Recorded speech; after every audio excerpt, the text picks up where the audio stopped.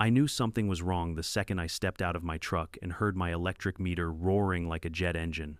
That cabin of mine, my peaceful mountain escape, my sanctuary from the city, was glowing like a Christmas tree even though I hadn't turned on a single light.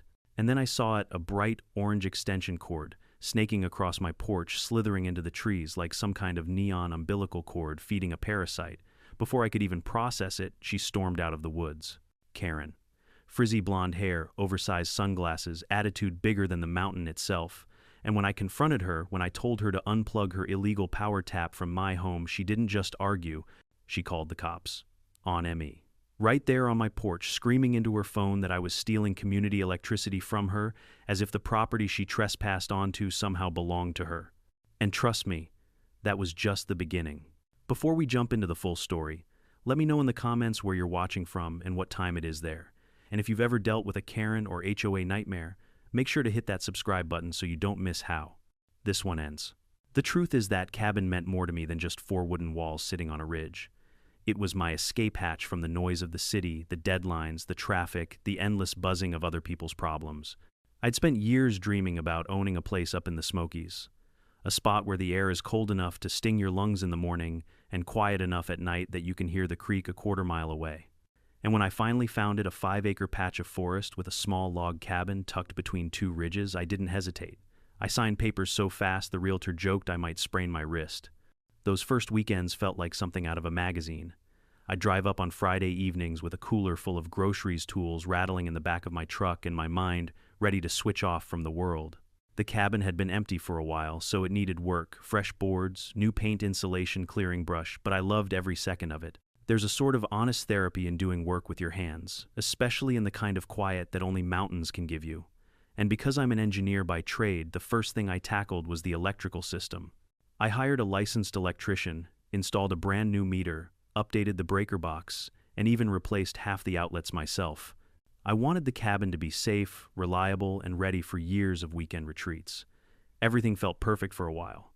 Then the electric bills started creeping up. At first I didn't question it. Everything costs money, right? Maybe I'd left something running. Maybe the new heater pulled more power than I thought. But month after month, the numbers kept rising, even though I only stayed there 2 days a week.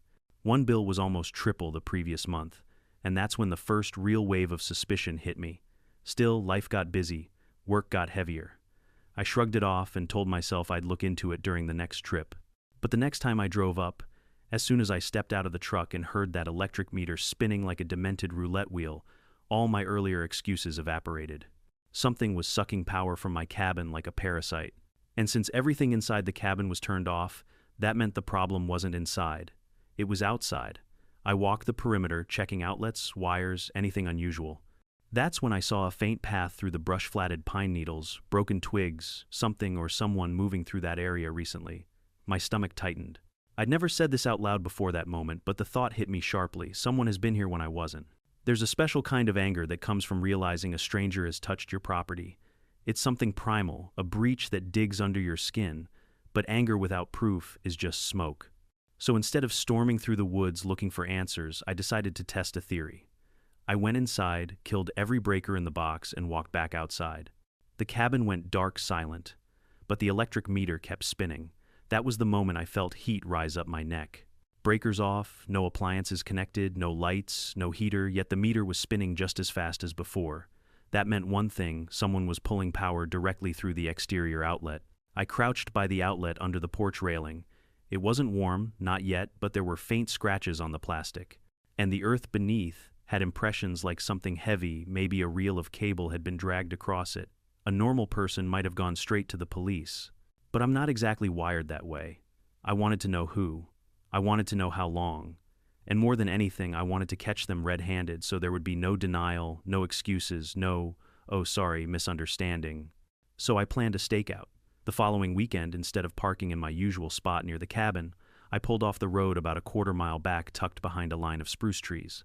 I hiked quietly up the old logging trail that curved behind my property and settled in where I had a clear view of the driveway. I brought coffee binoculars, a flashlight, and more stubborn determination than common sense. Morning came, slow fog curling like smoke through the branches. Birds chattered in the canopy. For a while I wondered if I'd made it all up in my head. That maybe it was a faulty meter or some stupid mistake I'd overlooked. Then a white SUV rolled slowly up my gravel driveway. I froze. The woman stepping out was around mid-40 seconds, blonde hair frizzed into a humidity halo, big sunglasses, and a posture that screamed, "I own the world." She looked around like someone checking for witnesses rather than enjoying the view.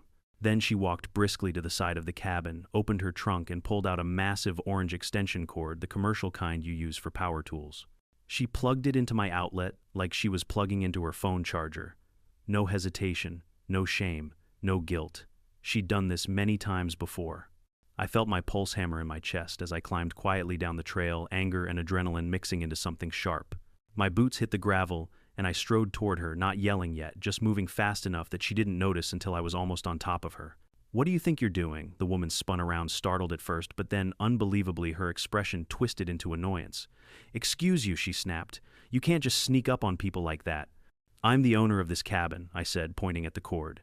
"And you are stealing my electricity. I have every right to use this outlet," she shot back, as if reciting some personal scripture. "This is a mountain community. We share resources." "No," I said, "we don't. Unplug that cord, now." She folded her arms like a child, refusing vegetables. "I've been using this electricity for weeks. I need it more than you. My power got shut off." "How heartless are you?" I stared at her, unable to believe the level of entitlement pouring out of her like a broken faucet. "Your power bill isn't my problem. You are trespassing, and you are committing theft." "Go ahead," she said, lifting her chin. "Call the cops. They won't do anything. I'll just tell them I'm renting this cabin." I almost laughed at the stupidity of it, but instead I took out my phone. Her eyes widened for a split second. Then came the shrill nails-on-glass scream, "Don't you dare film me. I'm calling 911.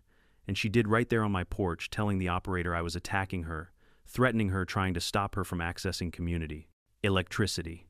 It was so absurd I actually checked the sky to make sure I hadn't fallen into some weird dimension. But believe me, the real insanity hadn't even started yet. Because the moment that cruiser rolled up my driveway, everything changed. And Karen finally learned the one thing she should have known from the start: I don't bluff, and I don't back down. I heard the crunch of gravel long before I saw the cruiser. Mountain roads echo like long metal throats. Every sound carries, especially when the person making the call is screeching loud enough to scare wildlife 2 counties over.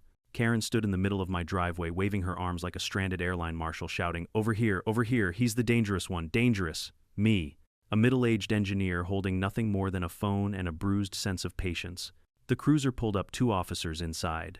The driver stepped out first, a tall guy with the sort of calm, neutral expression worn by someone who's seen too much stupidity to react anymore. The second officer, shorter, younger, stayed by the car, hands on his utility belt, eyes scanning everything. Karen rushed toward them like she'd been waiting her whole life for this moment. "Officers, arrest him immediately. He tried to assault me. He's stealing electricity. He's harassing community members." Her voice cracked on the last word like she was performing for an invisible camera. I half expected applause from the squirrels. The taller officer held up a hand. "Ma'am, slow down. One at a time." "What exactly happened?" She jabbed a finger toward me. "He attacked me because I was using the community outlet. He screamed at me and chased me through the trees. He thinks he owns this mountain." The officer turned to me. "Sir," I simply lifted my hand and pointed at the bright orange extension cord stretching across my porch like a fluorescent snake. If the officers followed that cord with their eyes, they'd see it trailing into the woods, disappearing into a patch of shrubs and pine needles where it continued downhill toward her property. I spoke calmly because someone needed to be the adult. "Officers, I own this cabin. I have the deed, the power account, everything. I found this woman trespassing and stealing electricity from that outlet." I pointed again. All breakers inside the cabin were off. The meter was still spinning. She plugged that in while I was off the property. "And that's a lie," Karen screeched. "He rents from me. This is my community. This is OUR shared power." The younger officer blinked twice. "Shared power, yes," she barked. "Mountain community rules. Now, mind you, there is no HOA here, no association, no bylaws. Nothing except the general rule of the mountains: respect property lines unless you want a shotgun pointed at your truck tires." The tall officer seemed to know it. He rubbed the bridge of his nose like he wasn't paid enough for this. "Ma'am," he said, "do you have any proof that you rent this cabin to him? Any contract?" Karen froze for half a second. Her pupils flicked sideways, classic sign of someone who just realized they've walked straight into a wall of their own lies. "Well, I don't have it on me," she sputtered. It's at home, safe, very official. Okay, the officer said, but right now we need something to confirm what you're saying. She hesitated. Then she inhaled deeply, lifted her chin, and said, I don't need to prove anything. He's the problem. I decided it was time to accelerate things. Officer, I said, handing over my folder, here's the deed, the utility bill and my name, photos of the electric meter from this morning, and logs of the spikes in energy when I wasn't here. The officer accepted the papers, flipping through them while Karen hovered close behind him, trying to peek and simultaneously acting offended that he was looking at them at all. When he got to the meter photographs, his eyebrows lifted. These were taken at what time? 6:12 a.m., I said. All breakers were off. No appliances were running. So what was drawing power? I nodded toward the cord.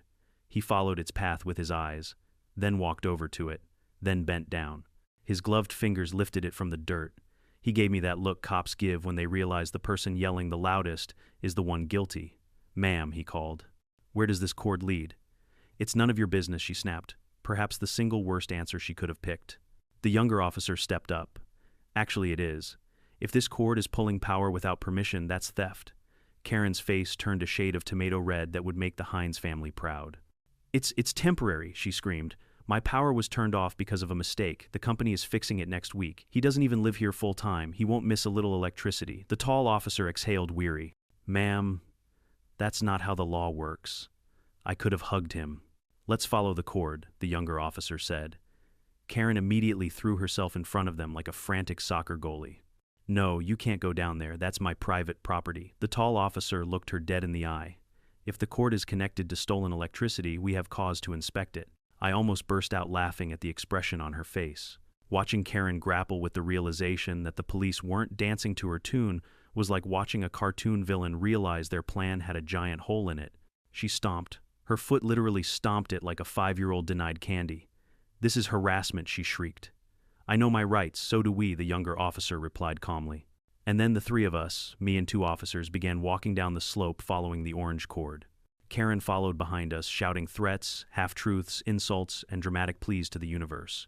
The deeper we went into the woods, the uglier the trail became. Broken branches, footprints, and tire ruts from a wheelbarrow. At the bottom of the hill, tucked behind a clump of overgrown rhododendrons, was her house. Calling it a house might be generous. It looked like someone took a mobile home, wrapped it in aluminum siding, and prayed it wouldn't fall apart in the next storm. And there it was. The orange cord ran straight into her living room window. Inside, visible even from the yard, were a rattling mini-fridge, a space heater glowing red, 2 lamps, a TV, a microwave, and God help me, an ancient AC unit duct taped to the wall. The younger officer whistled long and low. Well, that's a lot. The tall officer turned to Karen, who now looked like she might either faint or combust. Ma'am, is there any reason you didn't mention you had multiple appliances running on a cord connected to someone else's property? I needed it, she shouted. It's cold, and my food will spoil, and the TV, I need it for safety. Noise scares away. Bears. I couldn't stop myself. There are no bears on this side of the ridge. Shut up, she screamed at me, which only made her look worse. The tall officer radioed something in, then motioned for her to stand aside while he photographed everything. Karen kept pacing, ranting about injustice and corrupt utility companies and how neighbors are supposed to help each other, while simultaneously telling them she never met me before today. The contradiction didn't help her. After the officers finished documenting the scene, they led her back up the hill. She kept insisting she'd done nothing wrong. Then the officers turned to me. Sir, the tall one said, we're going to recommend charges for trespassing, utility theft, and filing a false report. We'll need a formal statement later. Karen let out the kind of shriek usually reserved for horror movies. You can't do this to me. I'm the victim. This is my mountain community. No, ma'am, the officer replied. This is his property, and you've got a lot to answer for. As she protested, struggling, sputtering, the younger officer gently cuffed her hands behind her back. The sight of that orange cord lying limp on my porch behind her felt like poetic justice. A bright, tangled symbol of how entitlement always knots itself up in the end. They guided her toward the cruiser. She screamed the whole way. Something about lawyers, something about calling the mayor, something about suing me for emotional distress. But the moment the cruiser door closed and the locks clicked, the mountain went quiet again. Peaceful. Just the way I intended when I bought the place. They drove her off the mountain, her shrieks fading into the distance like some kind of unhinged wildlife call echoing through the trees. You'd think the story would end there with Karen in the back of a cruiser, justice served, peace restored. But life in the mountains has a funny way of stretching things out. Nothing is ever that simple. The officers stayed behind for a few minutes, taking additional photos and asking follow-up questions. The tall one, Officer Daniels, pulled out a small notebook and flipped to a fresh page. "Sir, before we clear out, walk me through your timeline one more time," he said. So I did. From the strange electric bills to the spinning meter, from killing the breakers to planning the stakeout, all the way up to catching Karen with the orange extension cord in hand. Daniels wrote everything down carefully, nodding occasionally, his expression shifting from neutral professionalism to something a little more annoyed. Not at me, at her, at the nonsense they'd been dragged into. "Just so we're clear," he said, "after I finished, you never gave her permission to be on your property or to use your utilities." "I wouldn't let a cousin borrow electricity," I said, "let alone a stranger with a cord longer than most driveways." The younger officer, Cole, I think his name was, snorted, a laugh, but quickly pretended he hadn't. Daniels closed his notebook. "All right, we'll file the initial report. The detective unit will follow up for formal statements. From what we saw, this is a pretty cut and dry case." He hesitated. "She may try to spin more stories. People like her tend to double down before they give in." "Trust me," I said, "I already figured that out." They got into their cruiser and began reversing down the driveway. I watched the taillights fade through the trees until the mountains swallowed the sound completely. Then, for the first time that day, I exhaled. Silence. A real one. Not the Karen-enhanced, police-flavored chaos that had been dominating my morning. But that silence also made something else ring loud inside me. This wasn't over, not yet. I walked back toward the cabin, stepping over the imprint of Karen's boots in the dirt.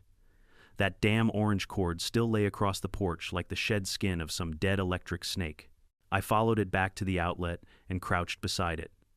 There were scratches all around the plastic plate, tiny marks from repeated plugging and unplugging. She hadn't used it once or twice. She'd used it often. I rubbed a thumb across the surface, trying to guess just how many weeks she'd been leeching off me. My bill history told one story, but my gut told me something bigger was happening here. Something she wasn't clever enough to pull off alone. There was a thought lurking in the back of my mind, something I'd brushed aside earlier but couldn't ignore anymore. What if she wasn't stealing just from me? What if she'd been stealing from other cabins too? The idea settled into me like a splinter, small but impossible to ignore. I stood and scanned the tree line. From this angle, you could see the slope leading down toward the other properties. There were old paths, game trails, and narrow walkable cuts between trees that locals used to move between homes when they didn't feel like taking the long route around the road. If she'd dragged that cord down one of those paths, maybe she'd dragged others from different homes. Maybe this wasn't her first rodeo. I wanted answers, and I wanted them soon. But before I went hunting for more proof, I needed to secure my own place. So I went inside, grabbed a pair of wire cutters, and headed back out. The satisfying snip of the cord, cleanly separating, echoed across the porch. I tossed Karen's end into the woods, let her dig for it if she wanted. Then I unscrewed the exterior outlet cover and replaced it with a locking outdoor box, the kind that requires a key to open. Was it overkill? Probably. But then again, I'd never had to protect my home from a full-grown woman acting like electricity belonged to the public domain. After I finished, I went back inside and double-checked every breaker appliance and plug. Everything was off except the fridge and emergency lights. The meter outside slowed to a gentle crawl, finally reflecting the use of a normal, sane human being. For the first time since arriving, I felt my shoulders loosen. I made myself a cup of coffee, sat on the porch, and tried to relax.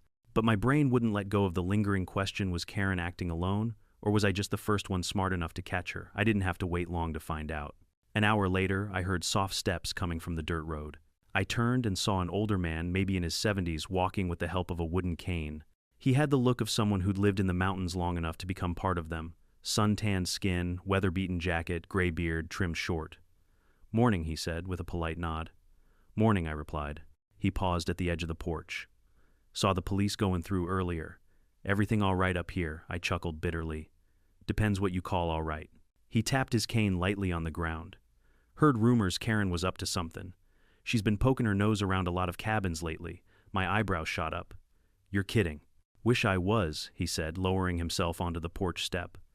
"Couple of the folks down the hill mentioned lights flickering at odd hours. One neighbor said he found footprints behind his garage. Another swore his outdoor outlet had been tampered with." My stomach tightened. So it was more than just me. The man leaned in, slightly lowering his voice. "She's always been entitled, I guess. acts like she's queen of the ridge, claims she's head of some kind of mountain committee that only exists in her imagination. I sighed. Figures. "What'd she do to you?" he asked. So I told him the whole story from start to finish. When I got to the part where she called the cops on me, he let out a long whistle. "Well, son," he said, "looks like she finally messed with someone who knows what they're doing. Most folks up here don't know much about electricity. Hard to prove a theft without knowing how the system works." "Lucky me," I said. "Luck." He shook his head.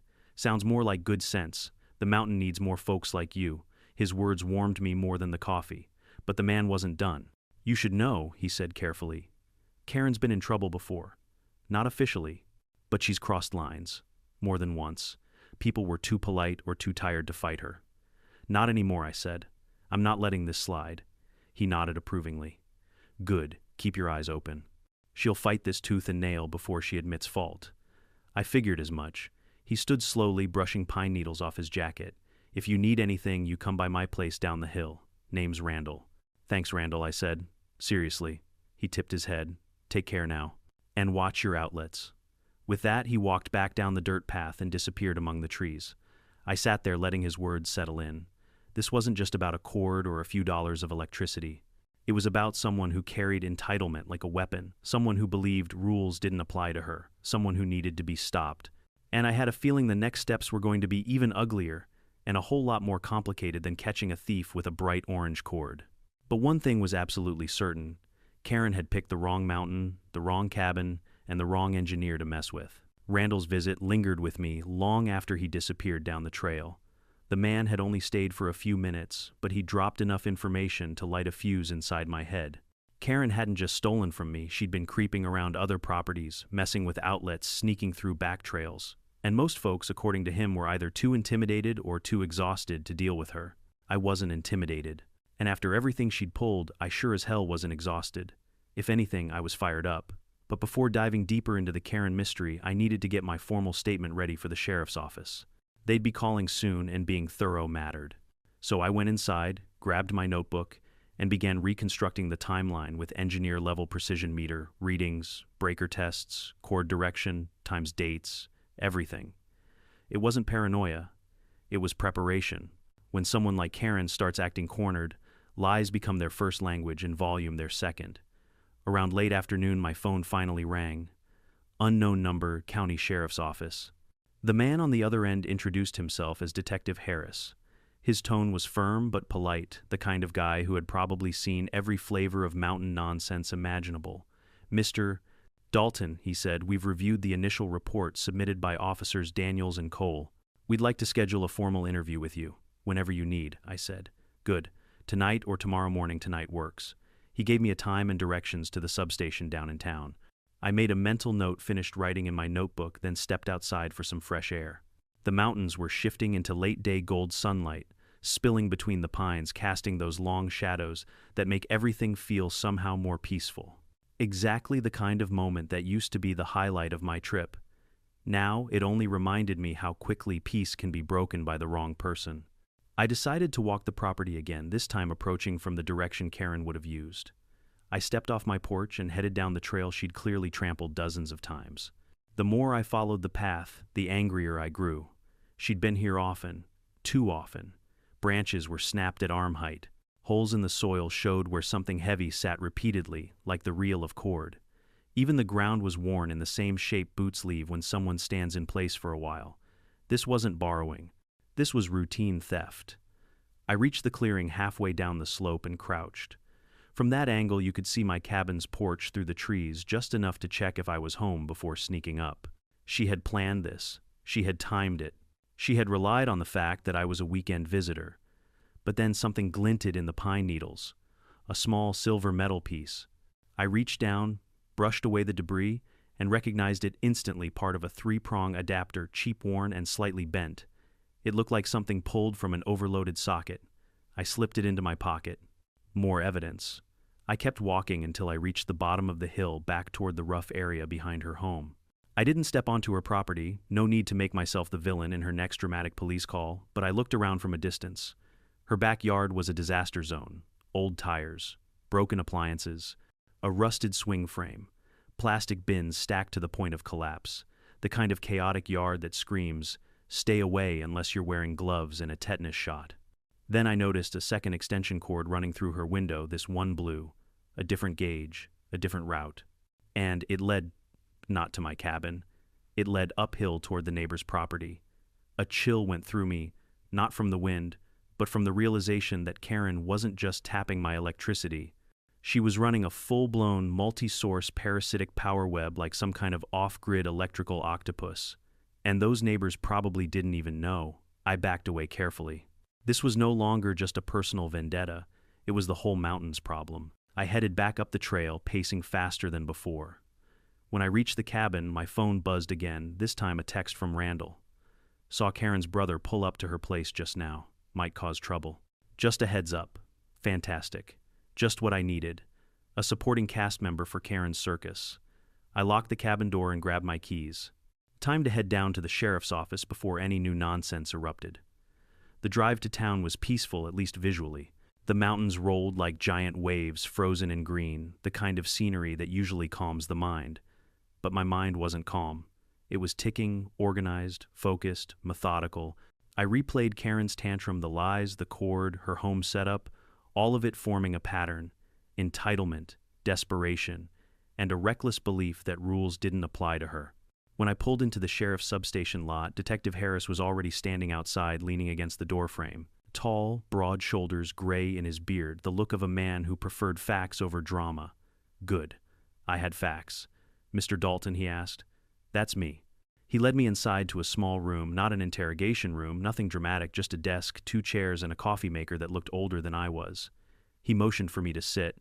"Let's start from the beginning," he said.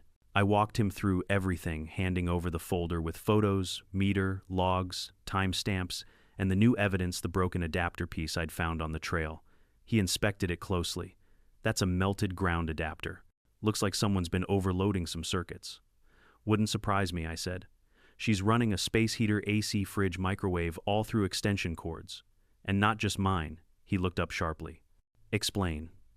So I told him about the blue cord that led uphill. Detective Harris sat back, tapping the table thoughtfully. "We've had complaints the past few months," he admitted. "Flickering lights, breaker trips, odd meter spikes. We chalked it up to old wiring and storms." He narrowed his eyes. "But if what you're saying is right, she's been leeching off multiple cabins," I finished. He exhaled slowly. "This is worse than I thought." I expected him to be shocked. Instead, he looked tired, like a man who had seen variations of the same problem for years, but was always one witness short of stopping it. "Karen has a history," he said quietly. "Petty disputes, noise complaints, some civil issues. Nothing criminal, until now. There's always a first time," I said. He nodded. "And you might have just given us enough to make it stick." We spent another half hour refining my statement. Once done, he stood and shook my hand. "Thank you, Mr. Dalton. We'll be moving forward with charges. But between you and me, brace yourself, for what people like her don't go down quietly." I almost laughed. "You don't say." He cracked a thin smile. "We'll keep you updated." I left the station with a mix of relief and adrenaline, feeling like we'd turned a corner. But just as I pulled into the grocery store parking lot to grab supplies before heading back up the mountain, my phone buzzed again. A voicemail from an unknown number. I played it, and my blood pressure jumped. "This isn't over," Karen screamed through the speaker, her voice cracked, furious, borderline feral. "You think you can get me arrested? I'll sue you, I'll take your cabin. You messed with the wrong woman, just wait."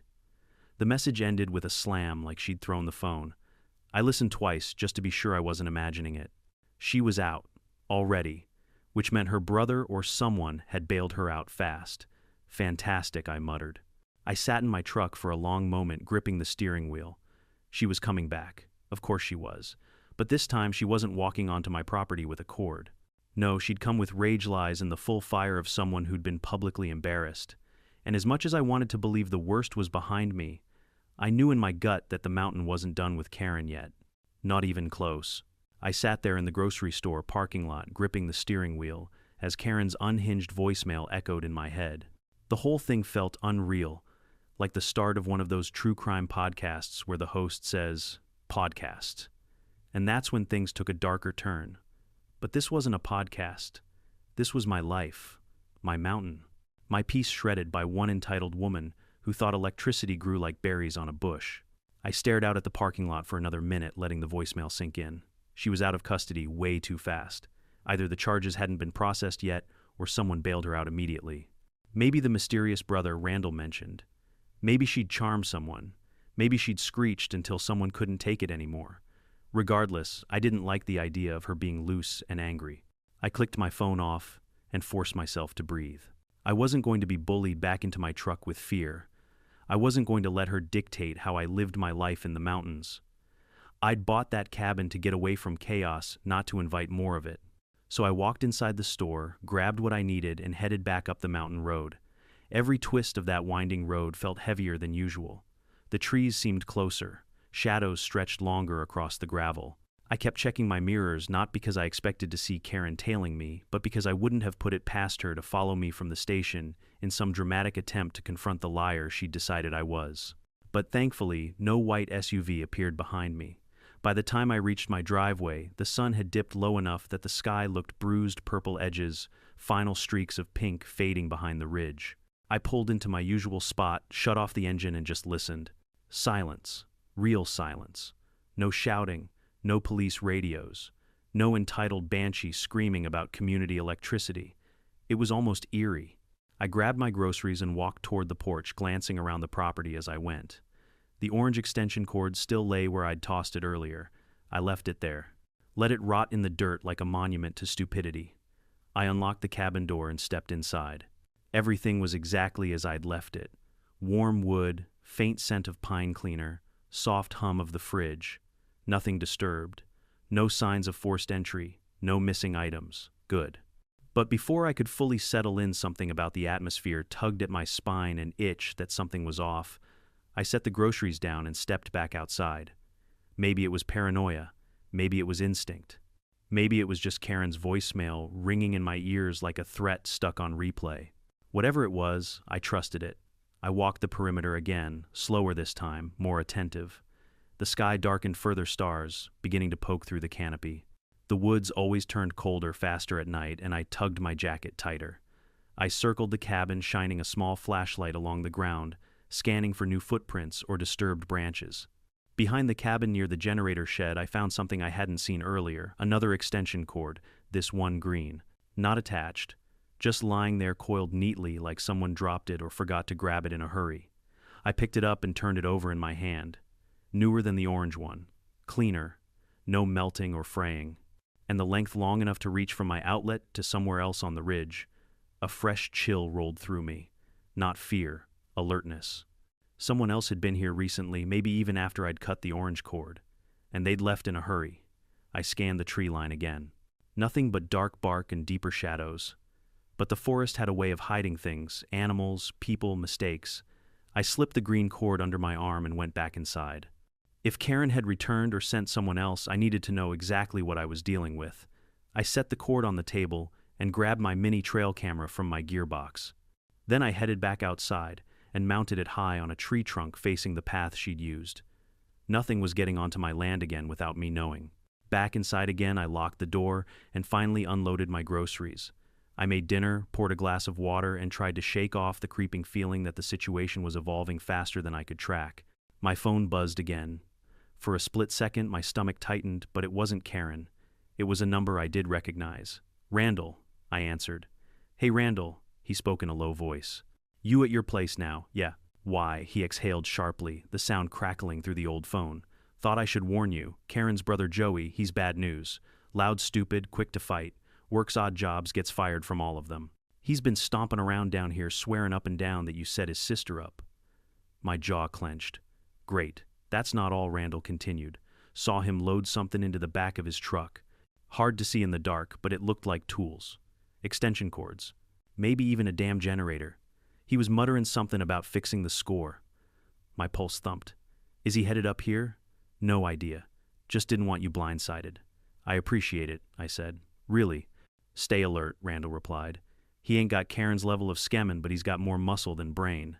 The line clicked off. I stood there for a moment, letting the weight of those words settle. The mountain nights were usually comforting, quiet, predictable, but suddenly everything felt coiled and tense, like the woods were holding their breath. I closed the curtains, double-checked the locks, and turned on the porch light. Its warm glow spilled across the dirt, illuminating the area where the orange cord still lay. And that's when I noticed something else.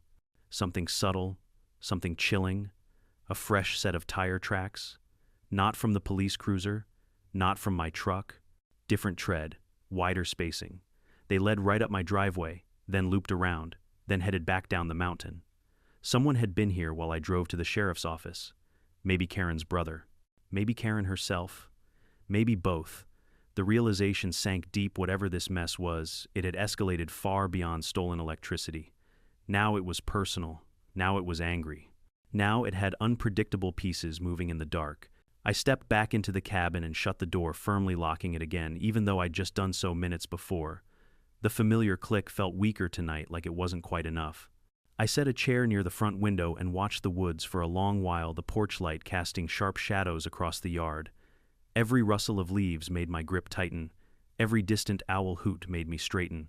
Hours passed before I finally forced myself to bed, though I didn't sleep well. My dreams were a mess of orange cords, shrieking voices, flashing police lights, and shadows moving between the pines. When morning finally came, pale, cold, unforgiving, I dragged myself up and checked the trail camera footage. At 2:17 a.m., the motion detector had gone off. The footage showed a blurry silhouette standing at the edge of the trees, just beyond the porch light. Broad shoulders, hood pulled up, arms at his sides. He didn't approach, didn't speak, just stood there for almost 3 minutes, watching my cabin. Then he turned and walked back into the woods. The timestamp burned into my retinas, 2:20 a.m. My jaw tightened as I replayed the clip again and again. No doubt about it, this wasn't over. Karen had lit the fuse, her brother had picked it up. And the mountain had just become a battleground I hadn't asked for, but one I wasn't backing down from. Not now. Not after everything she'd already done. The moment I saw that shadowy figure on the trail cam standing there in the dark at 2:17 a.m., something in me shifted. It wasn't fear, not exactly. It was a cold, razor-sharp kind of awareness. The kind you feel when you realize someone has crossed a line so deeply that the situation is no longer just an annoyance or a misunderstanding. No, this was now a confrontation waiting to happen. I replayed the footage several times, zooming in on the blurry silhouette. The hood covered most of his features, but the broad frame and the slightly hunched posture matched exactly how Randall had described Joey, Karen's brother. The man who apparently lacked Karen's imagination but had double her aggression. I set my coffee cup down and rubbed my temples. I'd come up here for quiet, for peace, for some damn meditation under pine trees, not for some midnight stalker theatrics. But that's what I had now, someone hovering near the edge of my property watching, plotting God knows what. I made a decision, a simple one, a necessary one. This was not going to be another weekend of me being reactive. I was going to take control. I pulled on my boots, grabbed my jacket, and went outside. The early morning air bit at my face, sharp cold, almost metallic in its chill. The kind of cold that wakes you up faster than caffeine. Frost still clung to patches of grass and the roof of the old generator shed. My breath puffed in faint clouds as I walked toward the spot where the figure had stood. The ground told a story. Footprints deep, deliberate.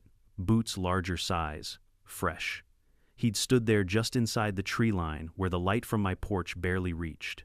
Where he could see me if I stepped outside, but where he could melt back into the woods in seconds if he needed to. I crouched down and examined the prints. They were angled slightly toward the back trail, the same one Karen had used to steal electricity. It meant he knew where that access point was. It meant he'd probably used that path before. The hair on my arms prickled. I scanned the woods quietly, expecting stupidly to see him again. But the forest was empty, the only sounds, the rustling of branches and the faint whistle of wind pushing through the pines. Still, the unsettling truth lingered in my chest. He'd been close, too close. Close enough to reach my porch if he wanted. I straightened up, tightening my fists in my pockets. I didn't want this turning into a Wild West showdown. I wasn't going to arm myself or escalate things with threats, but I wasn't about to let myself be intimidated either. So I went inside, sat at the table, and called the sheriff's office. Detective Harris answered on the third ring. "This is Harris." "It's Dalton. I've got new information." I filled him in about the mysterious tire tracks, Randall's warning the green cord, and now the trail cam footage showing someone watching my cabin during the night. I expected him to be surprised, maybe alarmed, but he responded with a long, tired sigh. I figured something like this might happen, he said. Karen's the type who spirals. And if her brother's involved, that complicates things. I'm not asking for a patrol car to camp on my porch, I said. But I want this documented. I want it on record that someone trespassed again last night. You did the right thing calling, he replied. Send me the footage, and keep the camera running. I emailed him the video file while he stayed on the line. And Mr. Dalton, he added, voice softer. Yeah, keep your doors locked. Don't ignore your instincts. Trust me, I said. That's the one thing I'm not ignoring. After hanging up, I ate a quick breakfast and tried to focus on normal tasks, fixing a loose railing, sweeping the porch, stacking some firewood.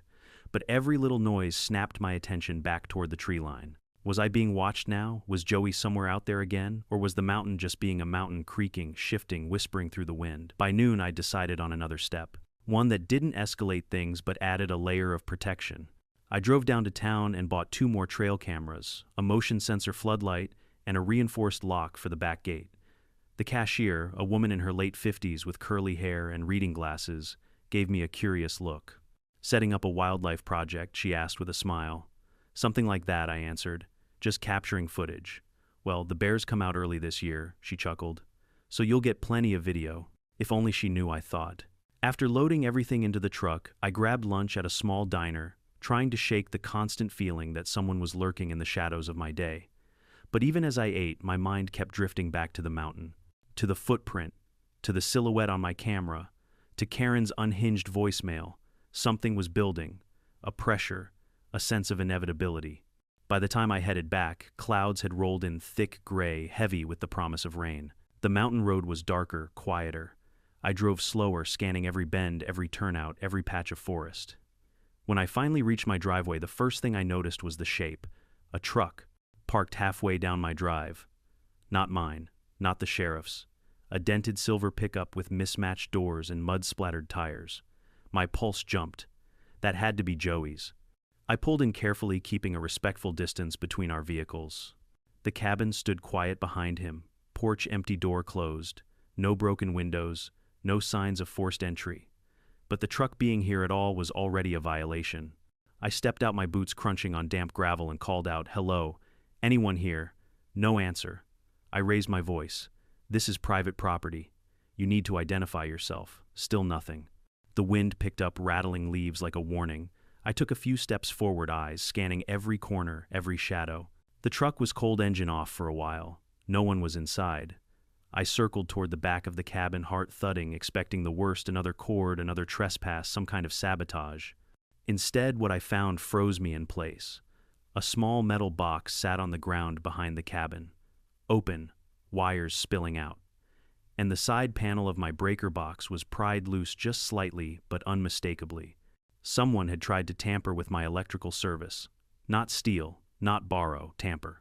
In anger, in retaliation, or in some pathetic attempt at a lesson I didn't know, but the implication was crystal clear. This wasn't about electricity anymore. This was personal. I crouched, examining the box.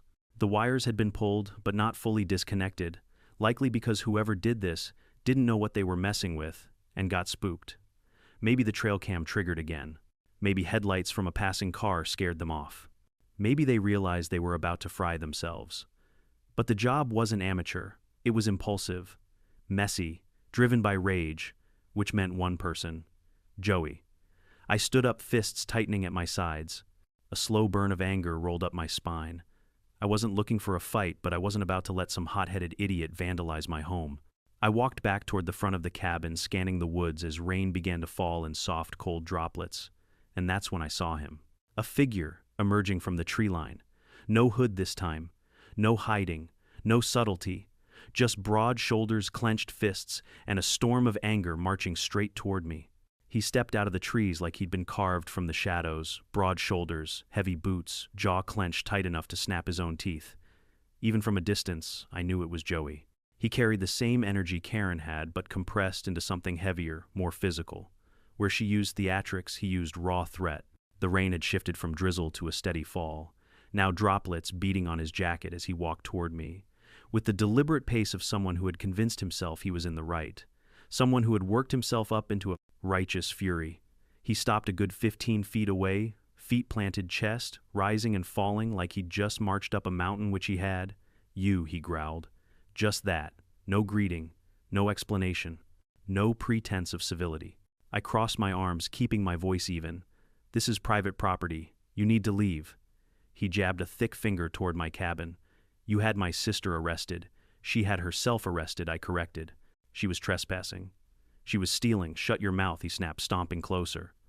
"I don't give a damn about your excuses." I held my ground. "Then you're not interested in the truth." "Truth?" He laughed one sharp, humorless bark. "The truth is, you embarrassed her. You humiliated her. You called the cops like she's some kind of criminal." "She committed a crime," I said. "Multiple, actually." Something behind his eyes flickered a mix of anger and confusion, like part of him wanted to understand, but the other part, the bigger part, refused. "She was desperate," he barked. "The power company screwed her.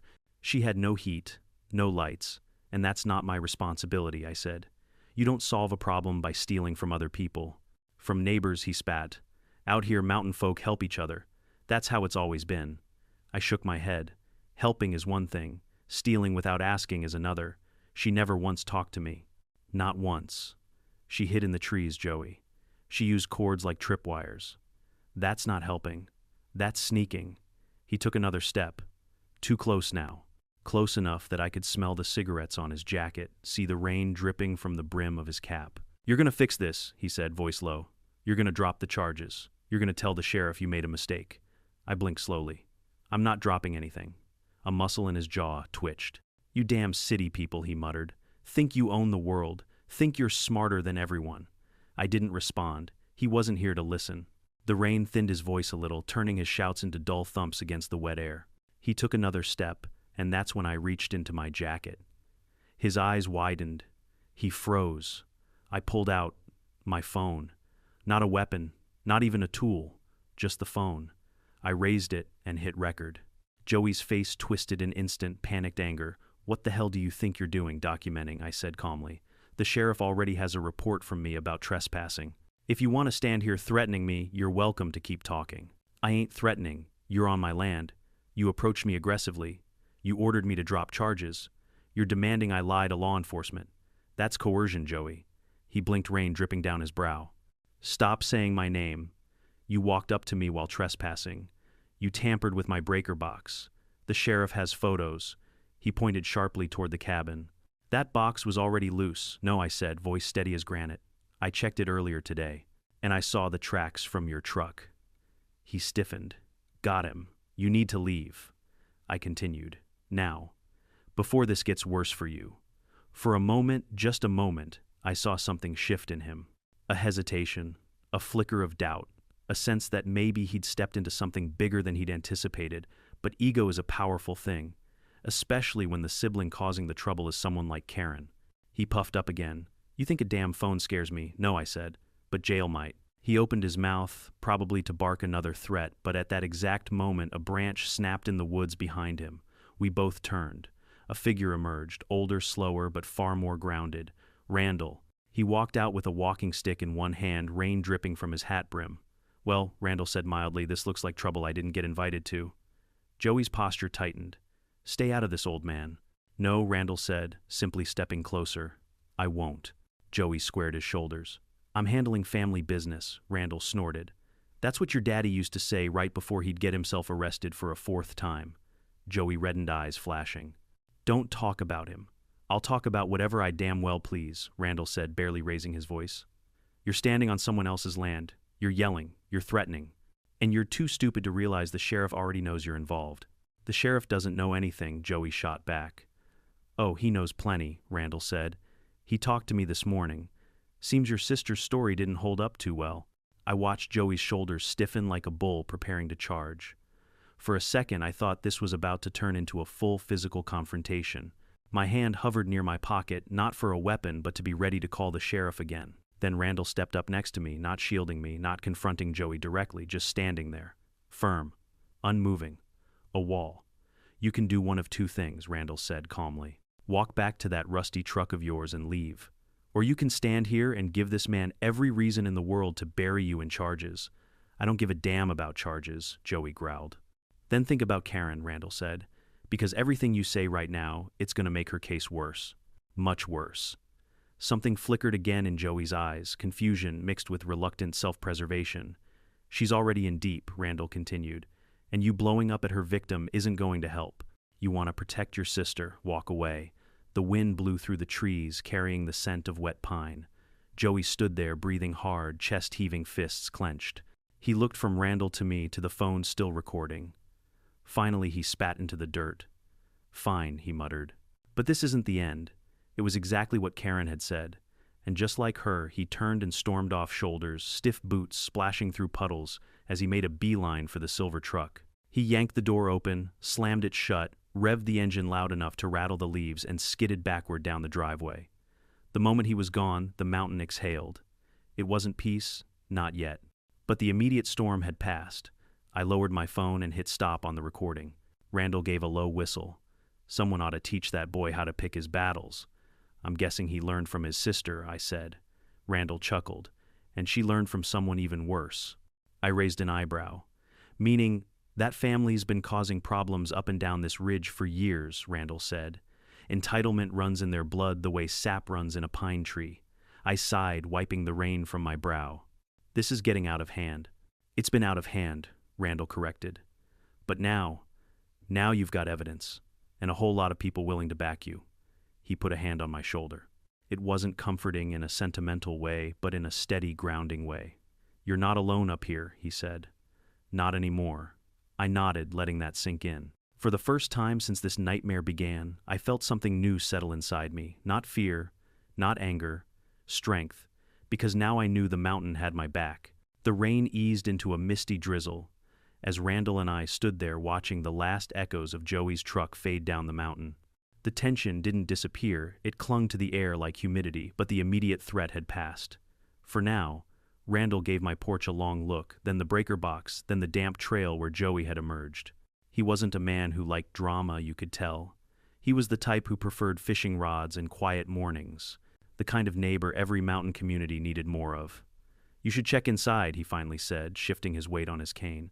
People like him, sometimes they do stupid things when they're angry. I didn't argue. We walked inside together. The cabin was exactly as I'd left it, warm wood, the faint hum of the fridge boots by the door tools on the table. But now even these familiar things felt like they were holding their breath. I half expected to find a window cracked or something rearranged, but the place was untouched. Randall scanned the living room, then nodded. Good. Looks like he didn't get inside. I exhaled slowly. I think he came here just to try intimidation. And failed, Randall said flatly. But that doesn't mean he won't try again. I rubbed a hand down my face. I'm so damn tired of this. He chuckled softly. Welcome to mountain life. 99% peace, 1% chaos. Usually caused by people exactly like those two. He walked over to the window and peered out. The trail cam was still mounted, blinking faintly. You keep that running, he said. You'll want every second recorded. I nodded. Already planned on it. For a moment, neither of us spoke. The only sound was the soft patter of rain on the metal chimney cap. Finally, Randall cleared his throat. There's something else you should know, he said. I turned. What now? He hesitated just for a second, then lowered his voice. Karen's not done. Not by a long shot. I figured that part out already. No, he said gently. Not like this. She's got a way of twisting things. Makes herself the victim. Makes others the villains. And she gets people riled up before they realize they're fighting for a lie. Meaning I asked. He sighed. Meaning I heard she's been making phone calls. Lots of them. Telling anyone who'll listen that you attacked her, threatened her, that you rigged the power system to hurt her. My jaw clenched. She's lying again. Randall shrugged. To folks who know her, yeah. To the new cabin owners who just moved in a mile up the ridge, maybe not so obvious. I scrubbed a hand across the back of my neck. The idea of more drama spreading across the ridge made my stomach twist. I'd come up here to escape drama, not become the center of it. So what do? I asked. Stay calm, Randall said. Keep documenting. And don't let them bait you. The sheriff's office already knows the truth. You did everything by the book. I nodded, absorbing it. Thanks, really. He waved a hand dismissively. Don't thank me. Thank the trail cam, and your phone, and your common sense. He headed toward the door. "I'll check in later. Don't hesitate to call if anything happens." When he left, the cabin felt both safer and heavier, like the walls were aware the storm wasn't over yet. I sat down at the table staring at my phone, debating what to do next. Part of me wanted to drive straight to the sheriff's office and show them the footage of Joey approaching. Part of me wanted to set more cameras, reinforce the shed, install a full perimeter alarm system, and part of me wanted to just pack up, go back to the city, and let the mountain chew up the entire mess without me. But that's not who I am. Not anymore. Not after everything they'd done. I decided on the smart route: gather more evidence, secure the property, and stay level-headed even if they were spiraling. I went back outside and mounted the additional trail cams I'd purchased earlier. One faced the driveway, another covered the back of the cabin where Joey had accessed the breaker. The motion sensor floodlight I installed pointed directly at the tree line where he'd been standing the night before. By the time I finished, the rain had stopped, but the sky remained heavy and dark, a gray blanket pressing low over the trees, the kind of sky that made the mountain feel quiet in an unnatural way. I returned to the cabin, started some coffee, and sat on the porch with the mug warming my hands. Minutes passed, maybe an hour. It was hard to tell in the mountain stillness. Then I heard footsteps, soft, slow, deliberate, not heavy like Joey's, lighter, hesitant. I stood up and scanned the trees. A silhouette appeared on the path this time, not a hulking figure or a shadowy stalker. It was a woman, no sunglasses, no screeching, just a soaked rain jacket and a timid posture. I recognized her immediately. She was one of the newer cabin owners Randall had mentioned. A couple from Florida had bought a place up the ridge a month ago. I'd seen her once but hadn't met her officially. She raised a hand weakly. Hi. Is this the Dalton cabin?" I nodded slowly. "That's me." She stepped closer, wringing her hands nervously. "I'm sorry to bother you, but I think someone's been spreading stories about you." Ah, there it was. I leaned against the porch railing. "Let me guess, Karen." Her eyes widened. "Yes, and her brother. They came by our place this morning. They said you were dangerous, that you tried to electrocute her, that you threatened them. They told us they're forming a complaint group against you." I pinched the bridge of my nose. "Of course they are. I didn't believe them," she added quickly. "Not really. But I wanted to hear your side." I nodded. "Thank you. Sit down if you want." She hesitated, then stepped onto the porch. "I'm Anna." "Nice to meet you, Anna." She settled onto a chair. "Look, we're new up here. We don't want trouble. But they were banging on our door early, saying they needed signatures. They said you were being investigated, that you attacked her during an electrical dispute." I let out a humorless laugh. Is that what she's calling it now? The rain-thick air hummed around us as I summarized the entire situation, what Karen did, how I caught her, the police involvement, the trail cam footage, the attempted tampering with my breaker box, even Joey's visit earlier. Anna's face shifted from concern to disbelief to anger. "My God," she whispered. "She's been lying through her teeth. Since the moment she stepped on my property," I said. Her hands curled into fists. "And she made us feel guilty for not signing her stupid petition. She said you were trying to destroy the mountain community spirit. That's one way to phrase not letting her steal, I guess." She bit her lip. "We'll support you. If there's an official complaint, we'll back your version. And we'll tell the other new neighbors. People shouldn't be fooled by her." Relief washed over me, warm and unexpected. "Thank you," I said. "That means a lot." She smiled weakly. "And honestly, you seem a lot more reasonable than they made you sound." "I try." We talked for another few minutes, and then Anna headed back up the ridge, promising to spread the truth among the folks Karen had tried to drag into her delusion. When she left, I felt lighter. Not safe, not done, but supported. Then my phone buzzed with a new message from a number I didn't recognize. I opened it. A picture. Of me. Taken from the woods. From the same angle the trail cam had caught Joey, and a text underneath, "You should have minded your business." My stomach dropped. My grip tightened, and something inside me, something fierce, unshakable, rose up. This wasn't just theft. This wasn't just harassment. This was escalation, and it was time to end it.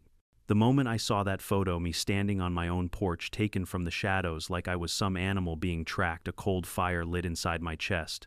Not fear, not shock. Something sharper. Something that said, "All right, now I know exactly what you're trying to do. They weren't just reacting anymore. They were planning, scheming, watching, and that crossed into a whole different territory. I put my phone down slowly, staring at the image again as rain tapped on the windows. The angle was unmistakable. Whoever took it had stood in nearly the same spot where Joey had lingered 2 nights before, a place just barely outside the reach of my floodlight. A place someone familiar with the woods, or someone who'd already used that spot, would choose to hide. The text beneath it burned in my mind. "You should have minded your business." I sat there for nearly a minute, breathing slowly, letting the initial surge of adrenaline settle so I could think clearly. Knee-jerk reactions were how people got hurt in situations like this. I needed logic, strategy, control. I saved the photo, took a screenshot of the message with the timestamp, then forwarded everything straight to Detective Harris with a short note, "They're stalking my property. I have visual proof now." I didn't expect a reply immediately. It was still early evening, but knowing it was documented gave me one thing I desperately needed: leverage. The kind of leverage that turned a messy neighbor dispute into a criminal investigation. I set the phone down, stood up, and paced the cabin. I could feel something simmering low inside me. Not fear. A kind of anger I hadn't felt in years, anger sharpened by violation. I paused by the window, staring out at the darkening tree line, waiting, listening. Nothing moved, but the woods suddenly felt too still, like whatever had been out there had slipped away the second I saw its handiwork. I ran a hand through my hair and forced myself to step away from the window. I locked both doors, double-checked the latches, and walked to the porch to flip on the floodlights. Bright beams washed over the yard, transforming the forest edge into a harsh metallic wall of branches and shadows. "You want to play games in the dark," I muttered under my breath. "Not tonight." I went back inside and took inventory: trail cams, running locks, secured breaker box, reinforced. Still, I wasn't about to sit there alone waiting to see if something else happened, so I grabbed my phone again and called Randall. He answered on the first ring. "You all right?" he asked immediately. I exhaled. "Depends on your definition of all right. I just got a photo message from the woods. Someone took a picture of me. Threatening text attached." He muttered a sharp curse under his breath. "Send it." I forwarded it. There was a long pause. Then, "That's Joey, or someone with him. They want you scared." "Well, I said they picked the wrong engineer." Randall chuckled darkly. "Good, because I'm coming up." "You don't have to, I'm coming," he repeated. "Give me 10 minutes. Despite everything, I felt a subtle wave of relief. Not because I needed protection, but because having another set of eyes and someone who knew these mountains better than anyone felt like placing another stone between myself and chaos. 10 minutes later, I saw the glow of Randall's lantern through the trees. A moment after that, he walked onto my porch, raincoat, dripping, expression set in a grim frown. He stepped inside and shut the door behind him. "Let me see the message again," he said. I handed him my phone. He studied the image, frowning as if memorizing every pixel. "That's taken from the old game trail," he muttered. "Half-mile loop behind your property. Only folks who know the ridge use it." "Which means Joey," I said. "Or Karen," he added. "Don't underestimate her. She's crazy, but she's crafty." I nodded. "What do you think they're planning? Nothing good." He sank onto one of my chairs. "But I'll tell you this, people like them push as far as they think they can get away with. Once someone pushes back harder, they fold." "And how do we push back harder?" I asked. "By making sure the law has everything. Every message, every threat, every photo. And by making it damn clear that their bullying won't work." I sat across from him. "Detective Harris has the footage and the message. You think that'll be enough?" "It'll be enough to start something real," Randall said. "Enough that the next time they try anything, the sheriff won't be asking questions. He'll be putting cuffs on someone." I exhaled slowly. "Good." We sat in silence for a minute, each of us listening to the distant patter of rain on the roof. Then Randall looked at me with an expression I couldn't quite read. "Can I ask you something?" "Sure." "Why are you fighting so hard?" The question wasn't accusatory, just curious, quiet, earnest. I took a breath. "Because I worked my whole life to get this cabin," I said slowly. "Because this place is supposed to be peaceful. Because I won't be bullied off land I legally own. And because if I don't stand up now, they'll do this to the next person. And the next. And the next." Randall nodded. "Good answer." We shared a small, tired smile. His phone buzzed then. He glanced at it. His eyebrows shot up. "Well, Randall said you're not the only one they're bothering." "What now?" He held up the screen. Several messages from neighbors up and down the ridge. One read, "Karen and Joey came by again, asking us to sign their complaint, getting hostile when we refused." Another, she said, "Your cabin's under investigation. We know that's a lie. You need help. Another heard yelling outside their place an hour ago. Sounded like a fight. And another she's telling people you're trying to get her evicted from the ridge. Just a heads up. I sat back. They were spiraling, unraveling. This was their last desperate attempt to regain control of the narrative. People are finally seeing them for who they are, Randall said quietly. They're losing their grip. And when people like them lose control, that's when they get sloppy. Sloppy, desperate, dangerous. A faint noise outside made us both look toward the window. It wasn't thunder, it wasn't a branch. It was footsteps, slow, heavy, crunching on wet gravel. Randall put a hand up telling me silently, "Don't move." The footsteps came closer, then stopped just beyond the reach of the porch light.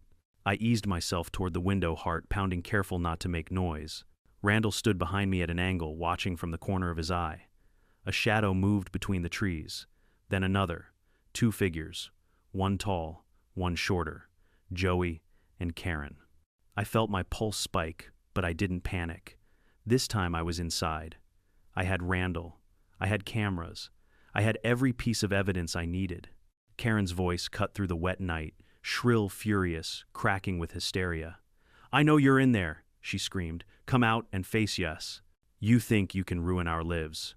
Joey's voice layered behind hers, low and angry. "Open the door, man. We're talking," Randall whispered. "Don't engage." I nodded.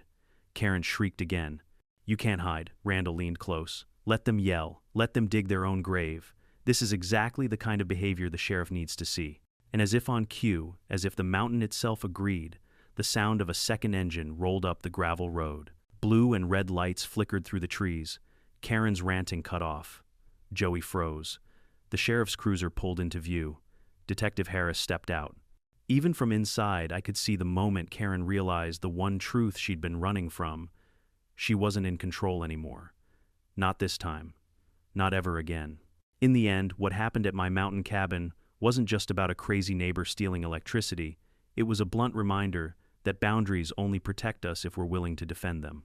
It's tempting to keep the peace and look the other way, but people like this Karen count on exactly that silence.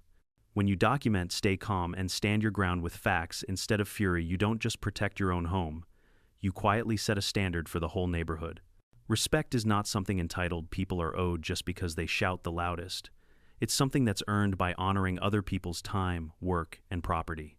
If you've ever been pushed around by an HOA, a nosy neighbor, or a self-appointed enforcer, I'd love to hear your story in the comments. Tell me where you're watching from, what time it is there, and whether you'd have handled this Karen the same way. And if you enjoy seeing entitled people get exactly what they deserve, don't forget to subscribe and stick around. There are a lot more stories where this one came from.